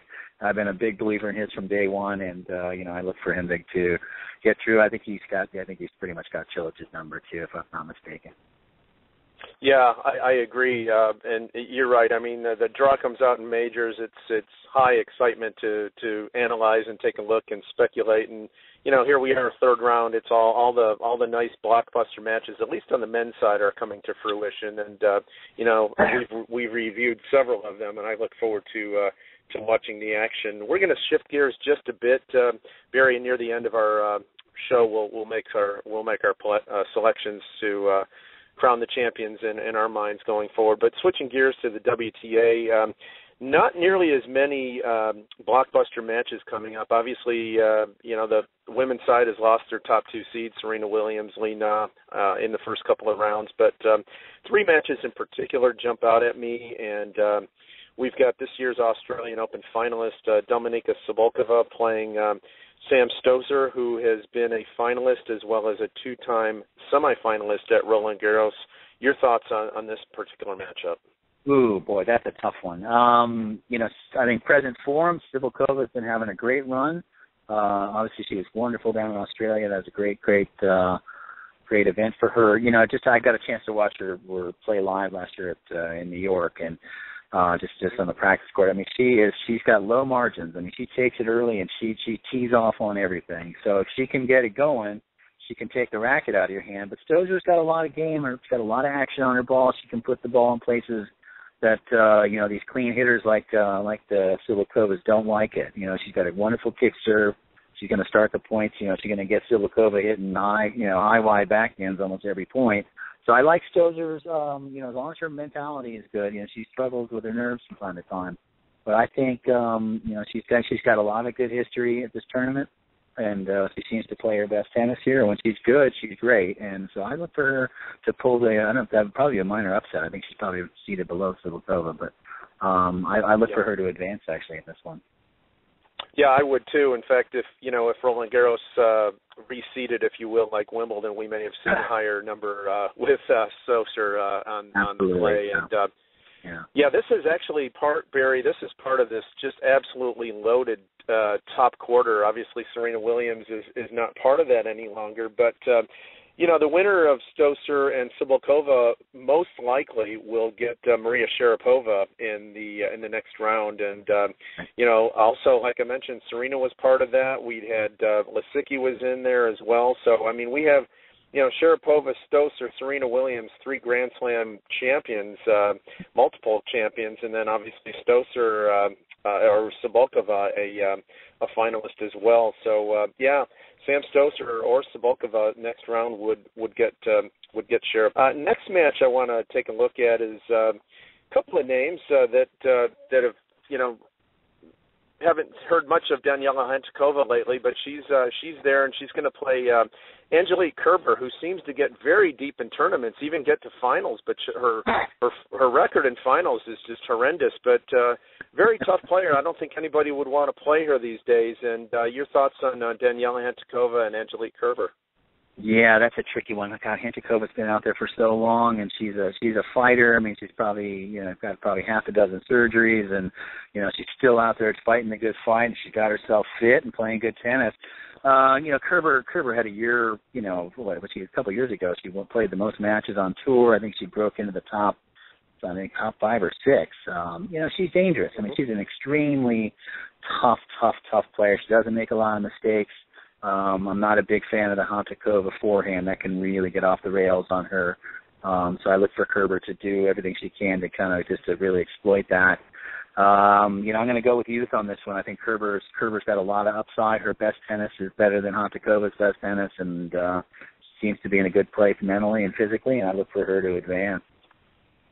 Yeah, and the winner of that match, I would go with Kerber as well. The winner of that most likely would get a very intriguing player, and that is Jeannie Bouchard, who she won her first WTA title on Saturday as well in Nuremberg, Germany. So coming into the tournament in very nice form. Always sort of a little dangerous to play a tournament the week before a major, but she played one.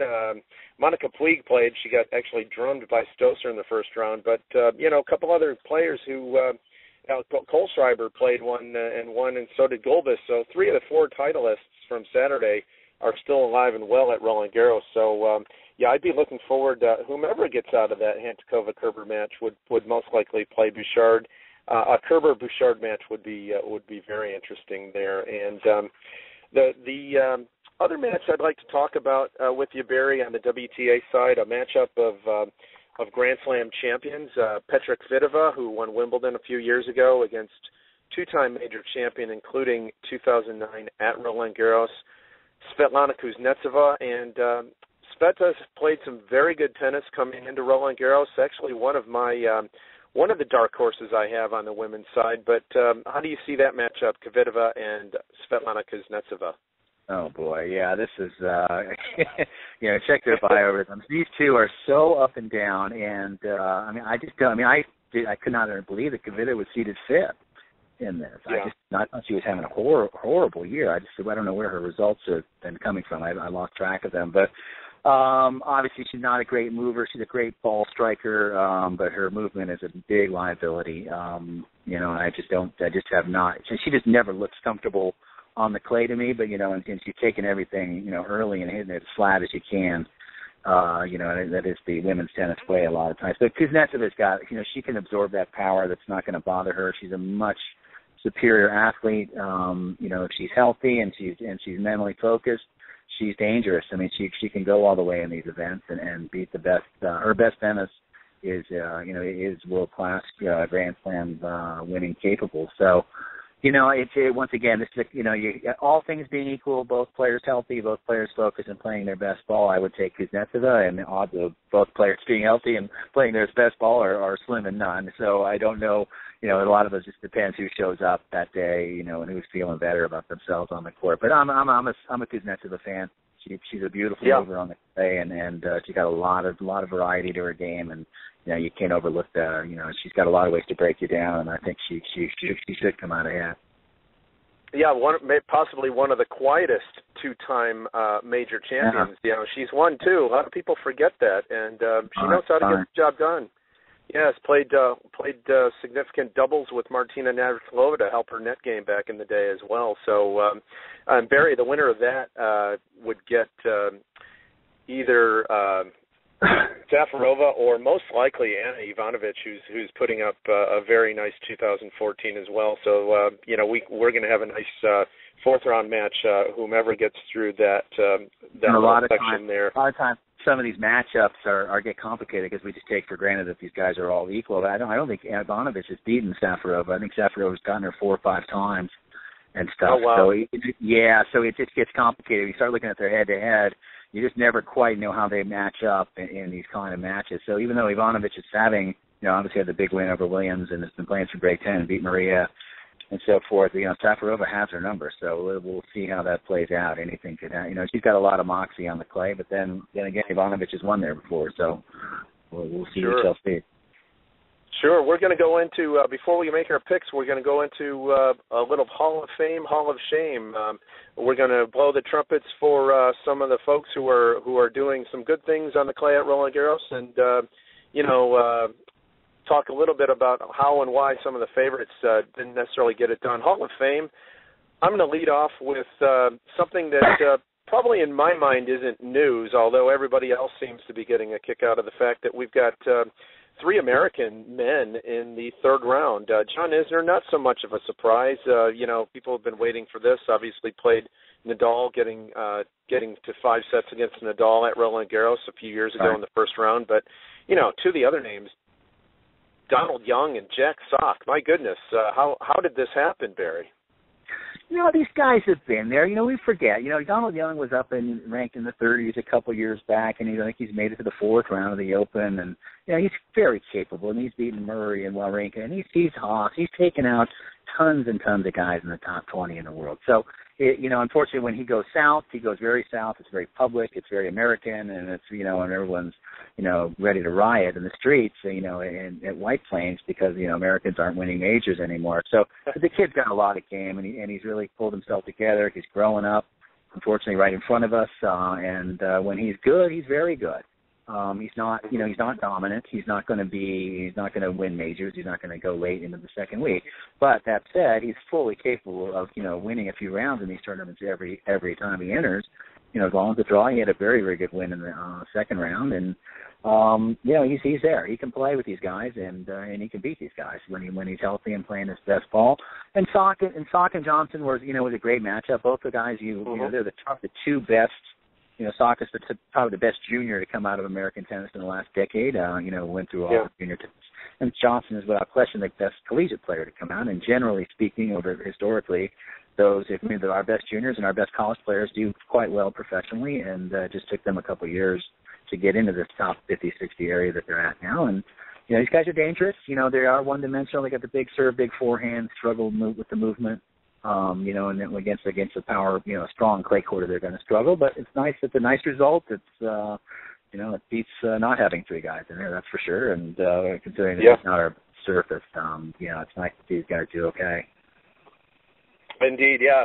Congratulations to John Isner, Jack Suck, and Donald Young for advancing this far. Let's see if they can keep it going. And obviously there's some other names on the Hall of Fame that we can talk about, especially in the women's side, but I'm going to shift gears due to time to the Hall of Shame. And Barry, I think a lot of people taking a look at the draw, oh my goodness, Venus and Serena can play, in the third round. Well, yeah, they could have played in the third round, however, both of them lost. And slot number 1 in the Hall of Shame, I'm going to give that to Serena Williams for a couple of reasons. I think everybody had her not penciled in to win the final, but they put a Sharpie in there already with her name hoisting up her 18th major, and it's the way she lost. 6-2, 6-2, her worst loss ever at a major. Flat. Granted, her opponent, who Serena was her idol growing up, watched a lot of her matches, said, in press after she knew how to play her, she knew what to expect, but that's one thing to know what to expect. It's certainly another to execute it and get the job done and defend break points against. And credit to Muguruza, but slot number 1, Hall of Shame, Serena Williams. Your thought on that match? Yeah, I mean, obviously everyone is, that's a shocking result. I think what happens sometimes in these events, and it happened last year at Wimbledon too, once there's a couple upsets early, Lena went out early, it just all of a sudden the buzz gets around on the grounds that, hey, these guys are vulnerable, and these top players, if they're not at their top play, they're down and off a little bit, and they get these second-tier players who get hot, it can be over in an hour, and this is not unprecedented.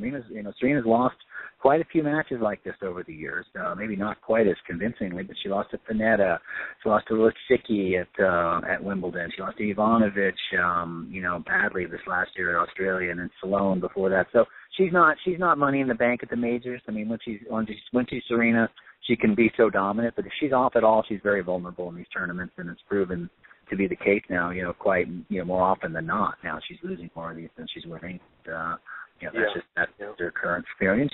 She's not a kid anymore. She's in her 30s, and this is just not that easy, to show up and be as motivated and focused as she was, in her better years. Sure. And slot number 2, I'm going to throw Grigor Dimitrov in there. I know he had a rough go of it against Nadal on clay, but it was something he said in press afterwards.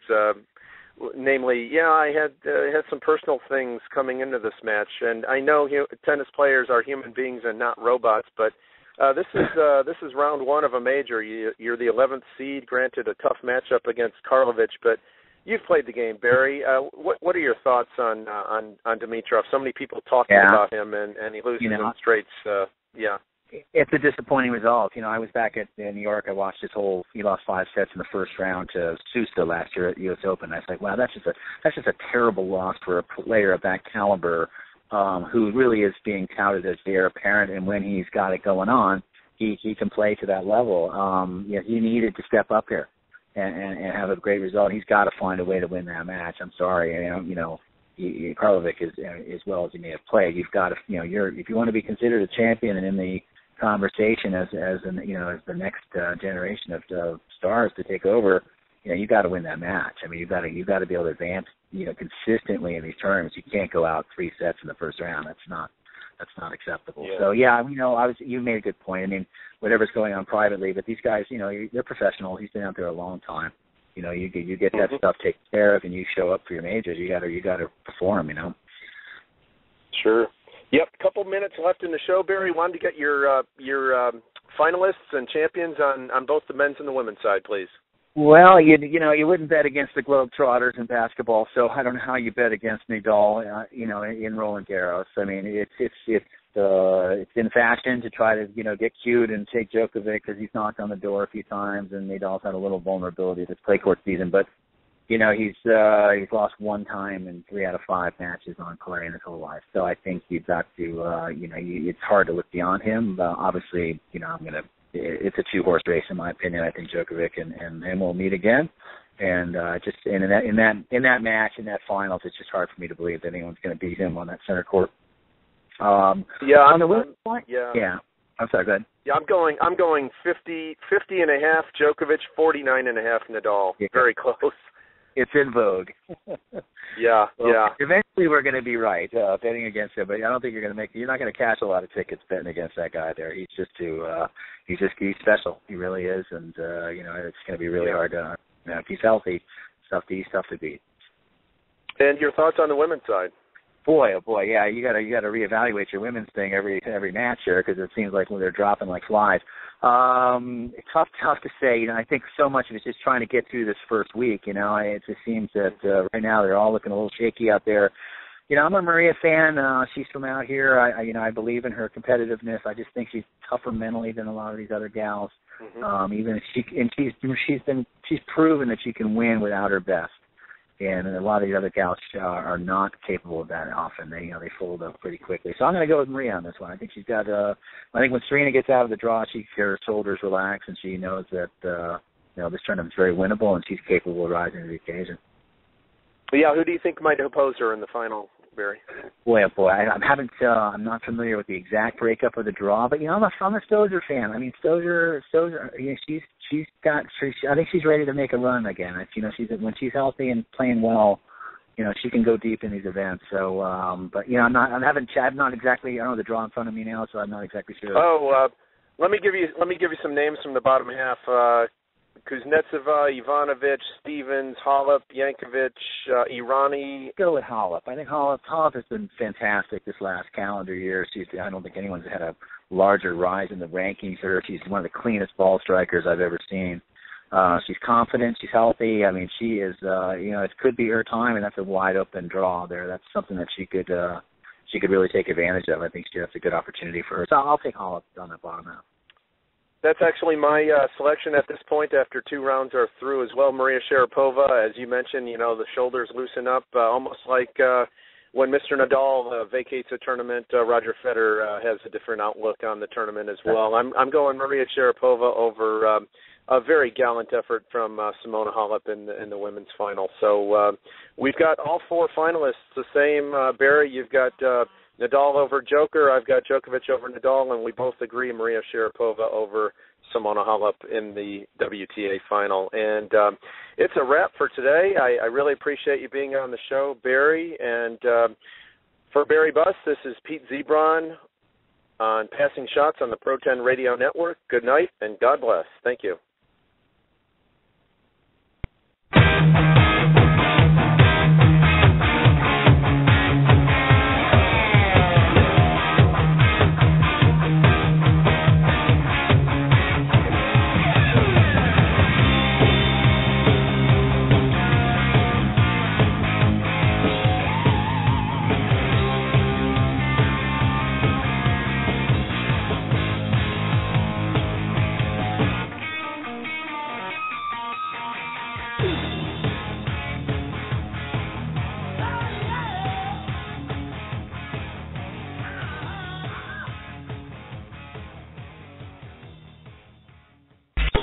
That's all, folks.